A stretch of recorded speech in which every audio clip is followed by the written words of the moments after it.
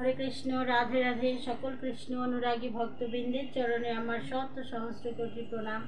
तो बंधुरा सामनेई आसते चलेছে আমাদের শিবরাত্রি ব্রত, মহাশিবরাত্রি ব্রত।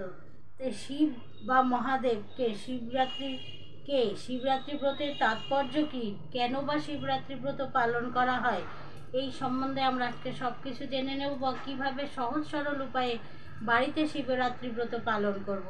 তো চলুন বন্ধুরা, আমরা সমস্ত কিছুটা জেনে নেব আজকের এই ভিডিওতে। সমস্তটা বলতে পারবো না, সমস্তটাও শিব চরিত্র বলার মতো ক্ষমতা আমার নেই, তবু যতটুকু পারবো আমি বলার চেষ্টা করব। তো হরে কৃষ্ণ রাধে রাধে। চলুন বন্ধুরা, ভিডিওটা শুরু করি। শিবের পত্নী সতী ও পার্বতী, এখানে দুটো পত্নীর কথা বলা হয়েছে। কেন দুটো পত্নীর কথা বলা হয়েছে? শিবের তো আরও অনেক পত্নী আছে, যেমন কালী, দুর্গা, এরা সকলেই শিবের পত্নী। তাহলে এখানে সতী এবং পার্বতীর কথা কেন বলা হয়েছে? রামচন্দ্র যখন বনে গিয়েছিলেন 14 বছরের জন্য, তখন রাবণ সীতাকে হরণ করে যখন নিয়েছিল, এটা আমরা সবাই জানি। তখন রামচন্দ্র মানব রূপ ধারণ করেছিল বলে গোটা বনে কাঁদতে কাঁদতে সীতাকে খোঁজ করছিলেন। তখন সতী রামচন্দ্রকে পরীক্ষা করার জন্য রামের সামনে সীতার ছদ্মবেশ ধরে সেখানে গিয়ে উপস্থিত হলো। তো দেখি উনি যদি সত্যি ভগবান হয়ে থাকে, কেমন ভগবান? স্ত্রীর জন্য কাঁদছে, স্ত্রী কোথায় আছে জানে না, এটা কেমন ভগবান? ওনার মনে সন্দেহ হলো যে উনি কি সত্যিই ভগবান। তাহলে যাই তো রামচন্দ্রকে পরীক্ষা করি। তিনি সীতার ছদ্মবেশ ধরে রামের সামনে গিয়ে উপস্থিত হলেন। তখন ওনাকে দেখার মাত্রই রামচন্দ্র বললেন, বলুন সতী দেবী, আপনি কেমন আছেন? ভোলানাথের খবর কি? তো রামচন্দ্র তো বুঝতে পারলো যে উনি দেবী সতী। এইভাবে ছদ্মবেশে যাওয়ার পর যখন রামচন্দ্র ওনাকে বুঝতে পারলেন যে উনি সতী, সীতা নয়, তখন তার মনে সমস্ত দ্বিধা কেটে গেল যে উনি সত্যি ভগবান রামচন্দ্র। তখন প্রভু রাম বললেন যে আপনার খবর কি, কেমন আছেন? এইসব কথা শুনে উনি লজ্জিত হয়ে পড়লেন। তখন তিনি বুঝতে পারলেন যে রামচন্দ্র লীলা করছেন। এরপর সতীদেবী যখন ভোলানাথ মহেশ্বরের কাছে পৌঁছালেন, ভোলানাথ মহেশ্বর তো অন্তর্যামী, তখন ভোলানাথ সব বুঝতে পারলেন। তিনি বললেন, আমার প্রভু রামচন্দ্র, আমি সব সময় শ্রী রামের দিব্য নাম পঞ্চমুখে জপ করি, সেই জন্য বলেছেন পঞ্চমুখে রাম নাম জপেন ত্রিপুরারি করি।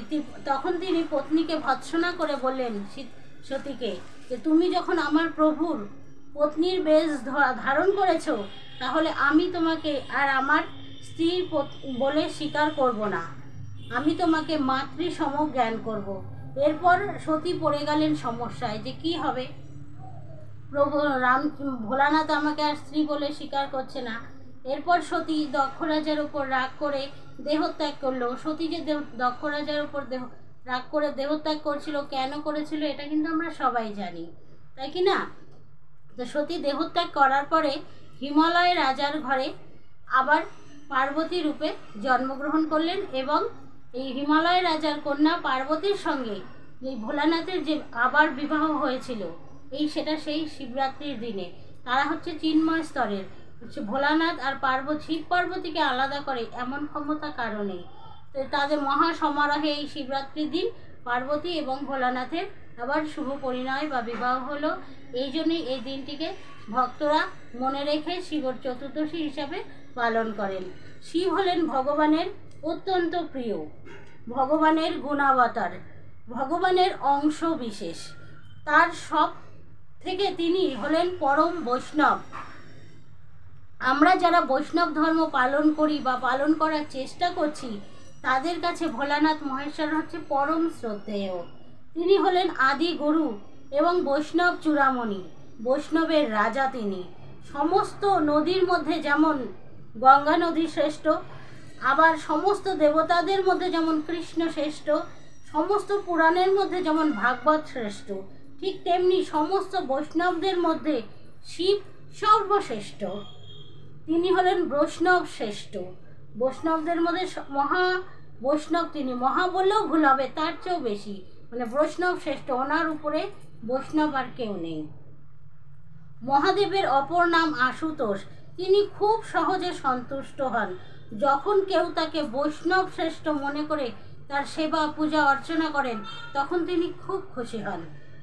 তিনি খুশি হয়ে তার যে বর কামনা করেন সেই বর তিনি তাকে প্রদান করেন।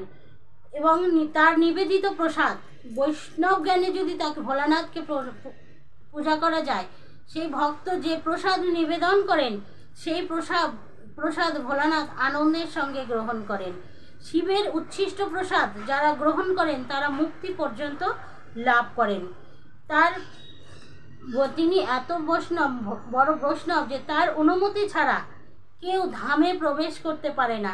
তিনি সমস্ত ধামকে অসুরদের হাত থেকে রক্ষা করছেন। যেমন মথুরাতে রয়েছেন ভূতেশ্বর মহাদেব, প্রত্যেকটা ধামে ভোলানাথ মহেশ্বর আছে। গোবর্ধনে রয়েছে চাকুলেশ্বর মহাদেব, বৃন্দাবনে রয়েছে ধামেশ্বর মহাদেব, নন্দগাঁওতে রয়েছে নন্দীশ্বর মহাদেব। এরকম সমস্ত বৈষ্ণব ধামে ভোলানাথ বাস করছে।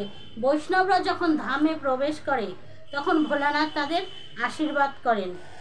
আমরা দেখি যারা শিব ভক্ত, তথাকথিত শিব ভক্ত, তারা গাঁজা শিবকে দেন, যে গাঁজা ভাং এসব শিবের পূজায় দেন, কিন্তু এটা ঠিক নয়। যারা বৈষ্ণব হওয়ার চেষ্টা করছে তারা যদি চাটা খায়, সেই চা খাওয়ার নেশাটাও তারা ছেড়ে দেওয়ার চেষ্টা করছে কি। আর যিনি মহাবৈষ্ণব, শিব বৈষ্ণব শ্রেষ্ঠ, তিনি কি করে নেশা ভাঙ করবে বলুন? এই ভোলানাথকে বৈষ্ণব জ্ঞানে পূজা করুন, তাহলে তিনি সবচেয়ে বেশি খুশি হবেন। আর তাকে গাঁজা ভাং এগুলো দেবেন না। আপনাদের কাছে করজোড়ে মিনতি, এগুলো ভোলানাথকে দেবেন না। উনি মহাবৈষ্ণব। এই যে আমরা যে পঞ্চতত্ত্বের ছবি দেখি, পঞ্চতত্ত্ব ভগবানের পূজা করি, এর মধ্যে যে অদ্বৈত প্রভু আছে, আমাদের গৌরানা ঠাকুর, তিনি হচ্ছেন ভোলানাথ মহেশ্বর। অদ্বৈত প্রভুর রূপ ধরে এই কলিযুগে ভগবানকে সহায়তা করতে এসেছে, বা ভগবানকে এই কলিযুগে নিয়ে এসেছে। তিনি তুলসীপত্র জলে দিয়ে দিয়ে এই মহাপ্রভুকে কলিযুগে নিয়ে এসেছে। তাহলে সেই ভোলানাথ মহেশ্বরকে গাঁজা এগুলো দেওয়া উচিত নয়, এগুলো দেবেন না, এটা ঠিক নয়। তিনি বৈষ্ণব শ্রেষ্ঠ। আমরা শিবের যেটা খেত সেটা ছেড়ে দিচ্ছে সবাই, সমস্ত বৈষ্ণবরাই চাটা খাবার নেশাও ছেড়ে দিচ্ছে। তিনি আমাদের বৈষ্ণব শিরোমণি, গাঁজা ভাং খায় না, এগুলো দেবেন না। আবারও বলছি, এগুলো দেবেন না। তাহলে আমরা শিবের সম্বন্ধে অল্প কিছু বলার চেষ্টা করছি বা শোনার চেষ্টা করছি। সমস্তটা শিব চরিত্র, সমস্ত কিছু বলার ক্ষমতা আমার নেই, বা সব কিছু বলতে গেলে অনেক সময় লাগবে, এত সময়ও নেই। তো বন্ধুরা, শিব চতুর্দশীতে আমরা বাড়িতে সাধারণভাবে কিভাবে পূজা করব? সহজ সরল উপায়ে ভগবান ভোলানাথ মহেশ্বরকে পঞ্চামৃত দ্বারা অভিষেক করাবো। তারপরে তার পছন্দের ফুল, বেলপাতা, আকন্দ, ধুতরা এগুলো দিয়ে তার পূজা অর্চনা করব। অর্চন করার পর তাকে আমরা যদি ভগবানের নিবেদিত প্রসাদ ওনাকে নিবেদন করি, তাহলে উনি বেশি খুশি হবেন। শ্রী গোবিন্দের প্রসাদ ভোলানাথ মহেশ্বরকে নিবেদন করলে উনি সবচেয়ে বেশি খুশি হবেন, কারণ তিনি ভোলানাথ মহেশ্বর মহাবৈষ্ণব, তিনি ভগবানের প্রসাদ খেতে ভীষণ পছন্দ করেন। তাহলে গোবিন্দের প্রসাদটা যদি ওনাকে নিবেদন করা যায়, উনি আরও বেশি খুশি হবেন। তারপর তারা সেই ভোগ নিবেদন করে তার দ্বীপে আরতি করবেন, এবং আরতি করার পর তাকে পুষ্পাঞ্জলি দেবেন। পুষ্পাঞ্জলি দেওয়ার পরে আপনার মনোনীত বর প্রার্থনা করবেন এবং ভগবানের চরণে নিবেদন করে প্রণাম জানাবেন। ভোলেনাথের প্রণাম মন্ত্র হচ্ছে ওম নমঃ শিবায় শান্তায় তাং লোকাং গুরু মহেশ্বর পূর্ণমা আশিকায় কামন পূরণ শঙ্কর নমস্তুতে। আর আমরা ভোলেনাথকে যখন অভিষেক করাবো, আমরা শক্ত মন্ত্রে যাব না। ওম নমঃ শিবায়, ওম নমঃ শিবায়, ওম নমঃ শিবায়, এই 5 অক্ষরের মন্ত্র দ্বারা আমরা ভোলানাথের পূজা অর্চন করব। তো বন্ধুরা, আজকের মতো ভিডিওটা এখানেই শেষ করছি। আবার দেখা হচ্ছে অন্য কোনো দিন, অন্য কোনো ভিডিওতে। ততক্ষণ সবাই ভালো থাকুন, সুস্থ থাকুন, আর মহানন্দে ভোলেনাথের শিবরাত্রি ব্রত পালন করুন। হর হর মহাদেব। হরে কৃষ্ণ, রাধে রাধে।